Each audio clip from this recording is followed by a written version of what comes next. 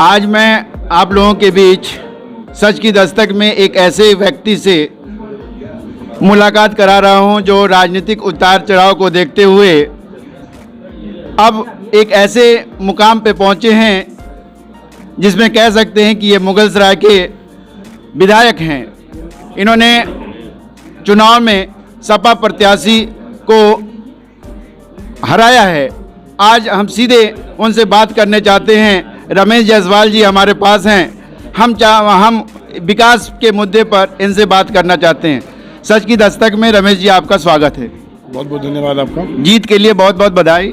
बहुत बहुत धन्यवाद आपका। साथ ही साथ इस जीत के लिए बधाई वास्तव में अगर देना है तो मैं आपके चैनल के माध्यम से कहना चाहूँगा कि इस जीत का पूरा श्रेय भारतीय जनता पार्टी के उन सभी मजबूत नौजवान कार्यकर्ताओं का है, साथ ही साथ देवतुल्य मतदाताओं का है, जनता का है। मैं पूरा का पूरा श्रेय जीत का आम जनता को, आम शहरवासियों को, मेरे प्रिय मतदाताओं को देना चाहता हूँ और उन्हीं को दे रहा हूँ। अब थोड़ी विकास की बात कर लें। मुगलसराय जो अब पंडित दीनदयाल उपाध्याय नगर है, बहुत सी समस्याएं हैं। मुगलसराय वाले व्यक्तियों का मैंने बहुत अच्छा अवसर है कि एक मुगलसराय से ही नगर का ही विधायक है। सबसे पहली बात, मुगलसराय विधानसभा में राजकीय स्तर का कोई भी बीएससी विज्ञान या कॉमर्स का महाविद्यालय नहीं है। बहुत दिनों से मांग हो रही थी। अब आप मुगलसराय के विधायक हैं, इस पे क्या कहना चाहते हैं? सौभाग्य से मैं इसी दीनदयाल नगर विधानसभा में नगर पालिका मुगलसराय का ही रहने वाला हूं और 5 वर्ष तक मेरी पत्नी श्रीमती रेखा जायसवाल को नगर की सर्वांगीण विकास के लिए जनता ने अपना आशीर्वाद दिया था।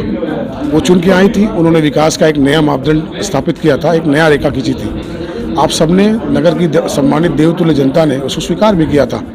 बहुत अच्छी तरह से मैं इस विधानसभा की भौगोलिक परिस्थिति के बारे में जानता हूँ। चाहे समस्या शिक्षा की हो, चाहे वो समस्या स्वास्थ्य की हो, चाहे वो शहर के अंदर सुंदरीकरण की व्यवस्था हो, चाहे ग्रामीण अंचलों में किसानों की समस्या हो, चाहे वो नहरों की समस्या हो, चाहे वो खाद बीज पानी की समस्या हो, या मुख्य धारा से सड़कों को जोड़ने और लिंक को जोड़ने की समस्या हो, सभी को मैंने बहुत ही पैनी निगाह से महसूस किया और देखा है। मैं करने में विश्वास ज़्यादा करता हूँ और मैंने किया भी है। इस नाते मैं आपसे यही कहूँगा कि जो कुछ भी आपने सवाल किया उसका उत्तर मैं बहुत जल्द आपको बहुत कम समय में देने वाला हूँ। थोड़ा सा इंतजार करिए। आप युवा हैं, आप जीते भी हैं और जो सूत्र बता रहे हैं, हो सकता है कि मंत्रिमंडल हो और आप एक मंत्री के रूप में भी शपथ लें। चंदासी यहाँ एक मुख्य समस्या है। धूल, बहुत आंदोलन हुए, लेकिन समस्या जस की तस रही। नगर पालिका के चेयरमैन भी, इन्होंने काम भी किया, लेकिन अभी भी समस्या जस की तस है। इस पे क्या विचार? दरअसल ये बहुत ही ज्वलंत समस्या हो गई है आम शहरवासियों के लिए और साथ ही साथ इस जनपद के अंदर जो भी लोग यहाँ से होकर गुजरते हैं उनको भी इस धूल से सामना करना पड़ता है। एक तो पक्षी है, दूसरा पक्षी है कि व्यापारिक स्थल है और एशिया का बहुत बड़ा कोयला मंडी है। इस नाते इस पर पूरी तरह से ध्यान देते हुए व्यापारियों के साथ बैठ के, अधिकारियों के साथ बैठ के, आम लोगों के साथ बैठ के, संगठन के लोगों के साथ बैठ के इस पर बहुत ही गहनता से प्राथमिकता के आधार पर विचार करने वाला हूँ। बहुत ही जल्द शपथ ग्रहण करके आने के बाद तुरंत इस मुद्दे पर बहुत ही पैनी निगाह रखते हुए मैं इस पर चर्चा करने वाला हूँ। अच्छा से अच्छा, बेहतर से बेहतर क्या हो सकता है, व्यापार जगत भी ना उजड़े और इस समस्या से निजात मिल जाए और व्यापारियों को कहीं न कहीं स्थानांतरित कर दिया जाए, उसका स्थानांतरण भी हो जाए। ये बैठ के व्यापारियों के साथ बात करेंगे, बात करके इसका निस्तारण करेंगे और बहुत ही प्राथमिकता के आधार पर मैंने इन चीज़ों को लिया है, क्योंकि क्षेत्र के और नगर के सुंदरीकरण में मैं एक मजबूत दृष्टिकोण रखता हूँ। इस नाते बहुत जल्द इससे निजात मिलेगा और कहीं न कहीं इसके अच्छे सार्थक परिणाम आपको देखने को मिलेंगे। युवा खेल के प्रति भी जागरूक है। खेल के लिए न तो यहाँ कोई स्टेडियम है, बहुत दिनों से मांग हुई, लेकिन उसके बाद भी कुछ नहीं बना। जस का तस है।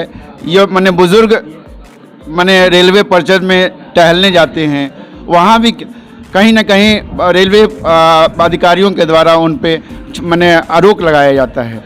आप इस पर क्या करेंगे? देखिए, मुगलसराय की जो भौगोलिक परिस्थिति है, उस परिस्थिति में शहरी क्षेत्रों में कोई ऐसी ज़मीन नहीं है। बहुत ही पारदर्शी तरीके से मैं आपके बीच में विषय रखना चाहता हूँ। शहरी क्षेत्रों में कोई ऐसी ज़मीन नहीं है जहाँ लोकल स्तर पर लोगों को ये सुविधा मुहैया कराई जा सकती है।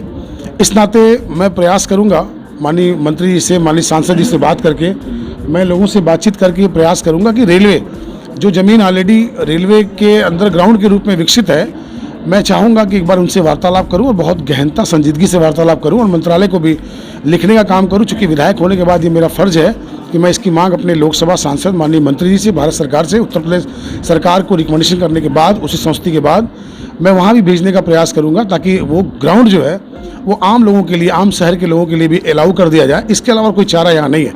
अगर दूर दराज कहीं हम स्टेडियम की बात करते हैं तो वहाँ बहुत जाना लोगों के लिए दुरूह होता है, और हमारे जो परिक्षेत्र है उसमें यह देखा जाएगा, ढूंढा जाएगा क्या कर सकते हैं। पहली मेरी प्राथमिकता यही होगी कि रेलवे और शहर के लोग आपस में कोऑपरेट करें और रेलवे उसके लिए, आम लोगों के लिए भी उसको खोले।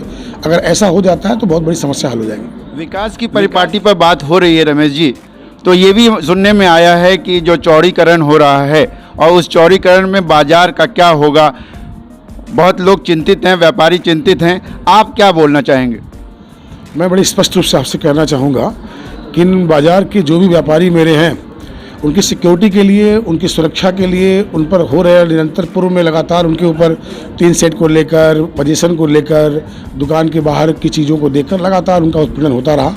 और जब मेरी पत्नी श्रीमती रेखा जायसवाल जब चेयरमैन हुई तो उन्होंने व्यापारियों की, एक व्यापारी परिवार से मैं बिलोंग करता हूँ, इस नाते व्यापारी होने के बाद से आज तक व्यापारी कभी दुखी नहीं हुआ, परेशान नहीं हुआ और आराम से अपना व्यापार कर रहा है। एक भरोसा और दिलाता हूँ, चाहे जो कुछ भी हो जाए, यहाँ दीनदयाल नगर के किसी व्यापारी के ऊपर चौड़ीकरण के नाम पर या किसी अन्य कामों के नाम पर उनका उत्पीड़न कदाचित नहीं होने दिया जाएगा। और चूंकि मैं व्यापारी समाज से हूँ, व्यापार मंडल का अध्यक्ष भी हूँ और एक व्यापारी परिवार से बिलोंग करता हूँ। मेरे पिताजी श्री मिठालाल जायसवाल जी भी लगातार व्यापारियों के लिए संघर्ष भी किए हैं। मैं पूरी कोशिश रहेगी कि व्यापारियों को कोई तकलीफ कभी न हो मेरे कार्यकाल में। आपको नई पारी के लिए बहुत बहुत धन्यवाद, शुभकामना। और मैं चाहता हूँ कि आप मुगलसराय के विकास के लिए हमेशा तत्पर रहें। सच की दस्तक में आज इतना ही। मैं ब्रजेश कुमार, मुगलसराय।